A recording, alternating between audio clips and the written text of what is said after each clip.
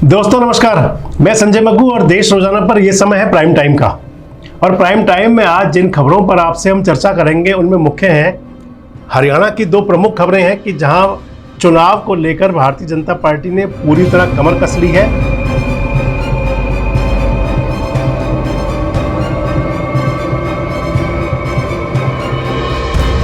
और दूसरी खबर भी हरियाणा की है जहां उचाना विधानसभा क्षेत्र यानी कि जींद का उचाना, वहां पर जो कशमकश चल रही थी जेजेपी और बीजेपी की, इनके बीच में एंट्री हो गई है ओम प्रकाश चौटाला की।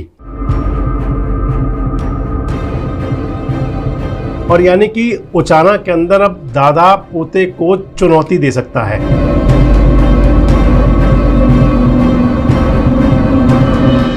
और इसके साथ चर्चा करेंगे आपसे उस विपक्ष के महाजुटान की जो पहले बिहार में इकट्ठा हुआ था और अब कर्नाटक में तैयारी है, लेकिन इसके अंदर कई टेंशन है।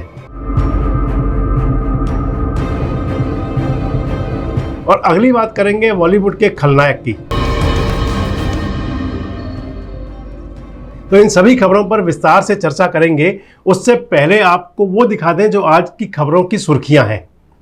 तो हिमाचल प्रदेश में मौसम तबाही बनकर बरस रहा है। पंजाब, हरियाणा, उत्तराखंड में भी तबाही का मंजर है। हालात लगातार बिगड़ रहे हैं क्योंकि लगातार बादल बरस रहे हैं। और देश की राजधानी दिल्ली में भी बाढ़ का संकट बरकरार है। पिछले 10 साल का रिकॉर्ड टूट चुका है बारिश का। हथनीकुंड बैराज से पानी और छोड़ा गया है। पुराने रेलवे पुल को दिल्ली के अंदर बंद कर दिया गया है। और तीसरी खबर पश्चिम बंगाल की, जहां लगातार जो हिंसा जारी थी उन सब के बीच पश्चिम बंगाल का पंचायत चुनाव निपट गया। और उस चुनाव के अंदर टीएमसी यानी कि दीदी ने एक बार फिर झंडा लहराया है। दीदी ने लोगों को बधाई दी है। वहीं रविशंकर प्रसाद ने कहा है कि 40 से ज़्यादा मौत, दीदी ने लोकतंत्र को शर्मसार किया। ये रविशंकर प्रसाद का बयान है। और चौथी खबर महाराष्ट्र की है कि जहां विभागों के बंटवारे पर माथापच्ची जारी है। कई दौर की बैठक के बाद भी विभाग किसको कौन सा मिले गुत्थी सुलझी नहीं है। और इस सब के बीच अजीत पवार और प्रफुल्ल पटेल दिल्ली पहुंचे हैं भाजपा के बड़े नेताओं से मिलने। और पांचवी खबर, बृजभूषण जो सांसद हैं बीजेपी के, जो कुश्ती संघ के अध्यक्ष थे, उनके खिलाफ चार्जशीट में पुलिस का जो बयान आया है वो उत्पीड़न का केस चलाने के लायक मामला उसमें बनता है। तो चलिए बात शुरू करते हैं प्राइम टाइम की खबरों की। और सबसे पहले बात अपने हरियाणा की। अपना हरियाणा जहां मिशन 2024 को लेकर भारतीय जनता पार्टी का संगठन और सरकार लगातार मंथन मनन कर रहा है। मुख्यमंत्री मनोहर लाल और प्रदेश के प्रभारी त्रिपुरा के पूर्व मुख्यमंत्री बिप्लब कुमार देव और इनके साथ साथ प्रदेश अध्यक्ष ओम प्रकाश धनखड़ लगातार शामिल हैं उस मंथन में। आपको ये तो पता ही है कि पिछले लंबे समय से हरियाणा के भारतीय जनता पार्टी प्रभारी बिप्लब कुमार देव जिस प्रकार सक्रियता से लगे हैं, उनकी सक्रियता ने गांव-गांव में जाकर जनता के बीच उनकी समस्याओं को सुना, समस्याओं को देखा और उन समस्याओं को सरकार के सामने रखा, ताकि आने वाले चुनाव में जो बीजेपी के जो कैंडिडेट हों उनको कोई परेशानी ना हो। और इसके साथ साथ वो ये मंथन भी कर रहे हैं कि भाजपा के प्रत्याशी कौन हों जिनको टिकट दिया जाए, ताकि चुनाव में वैतरणी अच्छे से पार हो। और इस मंथन के दौरान कई योजनाओं को लेकर जनता से बिप्लब कुमार देव साहब की विस्तार से चर्चा हुई। और अपनी चर्चाओं के दौरान बिप्लब कुमार देव ने यह भी कहा था कि जिलों के भ्रमण के दौरान उन्हें जनता से परिवार पहचान पत्र यानी कि पीपीपी और प्रॉपर्टी आईडी को लेकर काफ़ी शिकायतें मिली, जिन्हें जल्द से जल्द ठीक करने की जरूरत है। मुख्यमंत्री मनोहर लाल ने भी बिप्लब कुमार देव साहब को आश्वासन दे दिया है कि बहुत जल्दी इन सब दिक्कतों को दूर किया जाएगा। वहीं भाजपा के प्रदेश अध्यक्ष ओपी धनखड़ साहब ने लोकसभा में सांसदों को 11,000 लोगों को जोड़ने का टारगेट दिया है। धनखड़ साहब कह रहे हैं कि हरियाणा में लोकसभा स्तर की 9 रैलियां हो चुकी हैं। कुरुक्षेत्र में 23 जुलाई को रैली होगी और इसके साथ साथ तिरंगा यात्रा निकालने की भी तैयारियां शुरू कर दी जाए, उसका फैसला हो गया है। आपको ये भी बता दें कि 22 जुलाई को हिसार में बीजेपी की एक बड़ी बैठक करने जा रही है, जिसके अंदर मंडल अध्यक्ष भी होंगे, जिला अध्यक्ष भी होंगे और मंडल और जिलों के प्रभारी भी होंगे।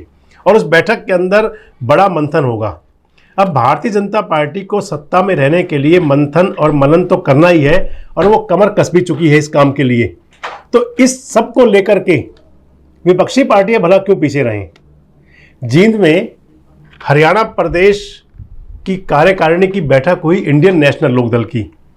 और इंडियन नेशनल लोकदल की बैठक में परिवार पहचान पत्र, प्रॉपर्टी आईडी, फसल मुआवजा, इस प्रकार की कई परीक्षाओं में अनियमितताएं, इन सब को लेकर चर्चाएं हुई और प्रस्ताव पास किए गए। इंडियन नेशनल लोकदल ने इन सभी मुद्दों को चुनावी घोषणा पत्र में शामिल करने का ऐलान भी किया।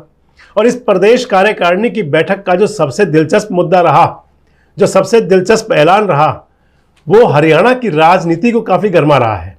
और वो फैसला था, वो ऐलान था कि अभय सिंह चौटाला ने जो ऐलान किया कि पूर्व मुख्यमंत्री और Indian national Lokdal supremo Om Prakash Chautala Uchana से चुनाव लड़ेंगे। वो उचाना जहां दुष्यंत चौटाला आजकल विधायक हैं, वो दुष्यंत चौटाला जो ओपी चौटाला साहब के पुत्र हैं और हरियाणा के उप मुख्यमंत्री हैं। और उचाना की सीट को लेकर के ओम प्रकाश चौटाला जी ने ये भी कहा कि अगर उन्हें यहाँ से चुनाव लड़ने की इजाज़त नहीं मिलती तो फिर उचाना कला से अभय सिंह चौटाला चुनाव लड़ेंगे, यानी कि चचा भतीजा आमने सामने होंगे। मान लिया जाए कि अगर दुष्यंत चौटाला भी उचाना में ही चुनाव लड़े, जो उन्होंने घोषणा कर रखी है। हालांकि चर्चाएं तो कुछ ऐसी हैं कि दुष्यंत चौटाला अपने लिए एक और सीट भी ढूंढ रहे हैं, लेकिन अगर उचाना में चुनाव लड़ेंगे तो मान लिया जाए कि दुष्यंत चौटाला को चच्चा से या दद्दा से सामना करना पड़ेगा। चौटाला साहब ने इस बैठक में यह भी कहा कि उन्हें साजिश के तहत जेल भेजा गया था। खैर, ये बात तो पुरानी हो गई। किसको कहाँ किसने भेजा ये मुद्दा नहीं है। असली मुद्दा ये है कि अब दादा पोता आमने सामने हैं। और भाई, हम तो ये सोच रहे हैं कि उचाना कला सीट का आखिर भविष्य क्या होने वाला है। चाहे लोकसभा का चुनाव हो या विधानसभा का चुनाव हो, दोनों ही चुनाव में उचाना की सीट, क्योंकि उचाना हिसार में आती है, हिसार लोकसभा सीट है, तो उचाना बहुत महत्वपूर्ण रहने वाली है 2024 के सियासी समर में। और मान लिया जाए कि सियासी समर का ये केंद्र बिंदु भी रहेगी। सभी दिग्गज यहाँ से अपनी किस्मत आजमाने की सोच रहे हैं। बड़ी दिलचस्प होगी उचाना की सीट, क्योंकि यहाँ प्रेमलता चौधरी, जो चौधरी बीरेंद्र सिंह की धर्मपत्नी है, पहले विधायक थी और वो भी तैयारी कर रही हैं। और 2024 के लोकसभा चुनाव से पहले बीजेपी के खिलाफ विपक्ष एकजुट होने की कोशिश कर रहा है। इसको लेकर बिहार में विपक्षी दलों का महाजुटान हुआ था और अब बंगलौर में 17 और 18 जुलाई को विपक्षी दलों की दूसरे दौर की बैठक होनी है। माना जा रहा है कि इस बैठक में बीजेपी के खिलाफ 24 दलों के इकट्ठा होने की खबर है। खबर ऐसी भी आ रही है कि इस बैठक में कांग्रेस की पूर्व राष्ट्रीय अध्यक्ष सोनिया गांधी भी शामिल हो सकती हैं और कांग्रेस अध्यक्ष मल्लिकार्जुन खड़गे भी बेंगलुरु में होने वाली जो बैठक है, इस बैठक के लिए सबको न्योता भेज रहे हैं, क्योंकि कर्नाटक के अंदर कांग्रेस की सरकार है और कांग्रेस वहां होस्ट की स्थिति में होगी। तो ऐसे में जो बैठक होगी बेंगलुरु में, उसमें सोनिया गांधी भी होंगी, मल्लिकार्जुन खड़गे भी होंगे, शायद राहुल गांधी भी होंगे। तो कर्नाटक के बेंगलुरु की बैठक एक नया संदेश देगी, लेकिन उसके पीछे टेंशन और भी बहुत सारी हैं, क्योंकि अरविंद केजरीवाल साहब बीच में नाराज थे। ममता दीदी का आगे क्या रुख होगा, कौन सी पार्टियां इकट्ठी होंगी, कौन सी दूर होंगी, ये 17-18 जुलाई की जो बैठक होगी उसमें भी सामने आएगा। लेकिन टेंशन दोनों तरफ बरकरार है और एक टेंशन महाराष्ट्र में भी है। महाराष्ट्र में जो टेंशन है वो ये है कि सियासी उठापटक का एनसीपी और शरद पवार पर जो असर पड़ा, उस मुद्दे को भी इस बैठक में उठाया जा सकता है। और इसके साथ साथ सस्पेंस ये बना हुआ है, मैं आपको पहले ही बता रहा हूं कि क्या आम आदमी पार्टी इस बैठक में शामिल होगी, क्योंकि पटना में जो प्रेस कॉन्फ्रेंस हुई थी बैठक के बाद, उस प्रेस कॉन्फ्रेंस से पहले ही आम आदमी पार्टी साइड हो गई थी। आपके नेताओं का ये कहना था कि दिल्ली अध्यादेश के मुद्दे पर चर्चा नहीं की जा रही, इससे सीएम साहब, दिल्ली के जो सीएम साहब केजरीवाल साहब है, वो नाराज थे और पटना से वापस आ गए थे। आम आदमी पार्टी ने पहले ही यह साफ किया हुआ है कि अगर दिल्ली अध्यादेश को लेकर कांग्रेस अपना स्टैंड क्लियर नहीं करती तो फिर उनकी पार्टी विपक्ष के महाजुटान में शामिल होने पर कई बार विचार करेगी। बहुत दिलचस्प होगी दूसरे दौर की ये बैठक।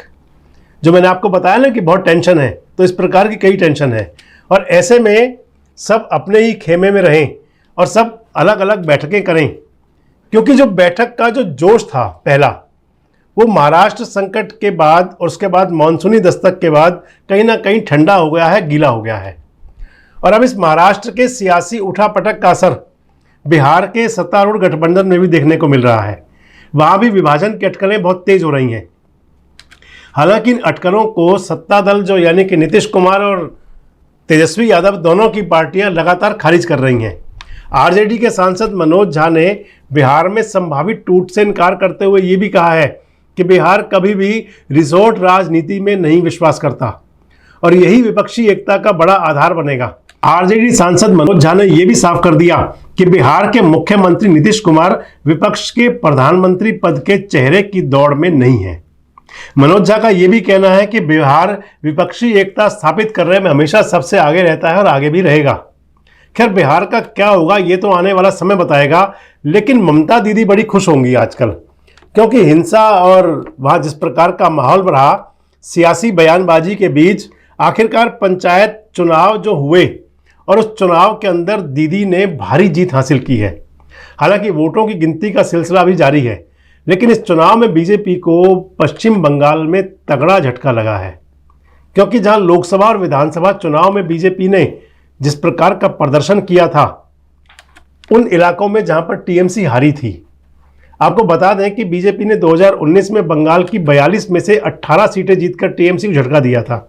वहीं 2021 में 294 विधानसभा सीटों में से 75 सीटें हासिल की और दोनों ही चुनावों में जो बंगाल के 8 जिलों में बीजेपी का प्रदर्शन था, जिसे लेकर टीएमसी की चिंता बढ़ गई थी। लेकिन अब पंचायत चुनाव ने खासकर उत्तरी बंगाल के कूच बिहार जिले की 2507 ग्राम पंचायत सीटों में से बीजेपी को मात्र 315 सीटें मिली हैं। ये आंकड़े इस खबर को आपको बताए जाने तक के हैं। हालांकि पंचायत चुनाव तो पूरी तरह से ग्रामीण विकास के मुद्दों पर लड़ा जाता है, लेकिन जिस प्रकार सभी पार्टियों ने 2024 के लोकसभा चुनाव से पहले बंगाल के पंचायत चुनाव को एक टेस्ट के रूप में देखा था, शायद तभी 14 अप्रैल को केंद्रीय गृह मंत्री अमित शाह ने, आपको ध्यान होगा कि अमित शाह ने कहा था कि बंगाल की रैली में वीरभूमि जिले में रैली की थी और उन्होंने कहा था कि यहां से वे 2024 का लोकसभा चुनाव का आगाज कर रहे हैं। उन्हीं दिनों में पंचायत के चुनाव थे, तो मान लिया जाए पंचायत चुनाव को प्रभावित करने के लिए, वहां बीजेपी कार्यकर्ताओं में जोश भरने के लिए अमित शाह वहां गए थे। खैर, अब ये लोकतंत्र है और यह राजनीति होती है और होनी भी चाहिए, जो होती रही है और होती रहेगी। लेकिन अब आपको राजनीति से अलग ले चलते हैं बॉलीवुड के गलियारे में। इस इलाके में नए आए हो बरखुरदार, वरना यह शेर खान को कौन नहीं जानता। आप समझ गए होंगे किसे कहा जाता है बॉलीवुड का शेर खान, जिसने अपनी दमदार एक्टिंग से दर्शकों को हंसाया भी और रुलाया भी। हम बात कर रहे हैं उस अभिनेता की जिन्होंने अपनी अदाकारी से अपने नाम को सार्थक कर दिया। हिंदी फिल्म इंडस्ट्री में खलनायक के तौर पर उन्होंने अपनी ऐसी भूमिका की कि दर्शकों के दिलों पर राज किया और हमेशा करते रहेंगे। हम बात कर रहे हैं प्राण की, जिन्होंने 12 जुलाई 2013 के दिन इस दुनिया को अलविदा कह दिया था। उनका नाम प्राण था और वह किसी भी फिल्म में प्राण फूंक देते थे। उनके होने से तो फिल्म के हीरो होने का एहसास ही नहीं होता था। प्राण साहब का जन्म 12 फरवरी 1920 को पुरानी दिल्ली के बली मारान इलाके में हुआ था। पढ़ाई लिखाई में उनका मन नहीं लगा तो फोटोग्राफर बनने की सोची, स्टूडियो में नौकरी भी की, शिमला पहुंचे, बाद में लाहौर चले गए और सिगरेट पीने की जो उनकी आदत थी उसने उन्हें सिनेमा की चौखट पर पहुंचा दिया। बड़ी स्टाइल से सिगरेट का धुआं उड़ाते हुए उन्हें एक पंजाबी फिल्म के पंजाबी लेखक मोहम्मद वली ने देखा और मोहम्मद वली उनसे प्रभावित हुए। मोहम्मद वली ने उन्हें सिनेमा में आने का ऑफर दिया। तो हमारी तरफ से प्राण साहब को श्रद्धांजलि। आज के प्राइम टाइम में इतना ही। कल आपसे फिर मिलेंगे उन खबरों के साथ जो रखती हैं आपसे सरोकार। तब तक आप अपना बहुत ध्यान रखें। धन्यवाद। शुभ रात्रि। हमारे साथ जुड़े रहने के लिए देखते रहिए देश रोजाना का यूट्यूब चैनल सब्सक्राइब कीजिए। साथ ही देश रोजाना की खबरें सबसे पहले देखने के लिए प्रेस कीजिए बेल आइकन।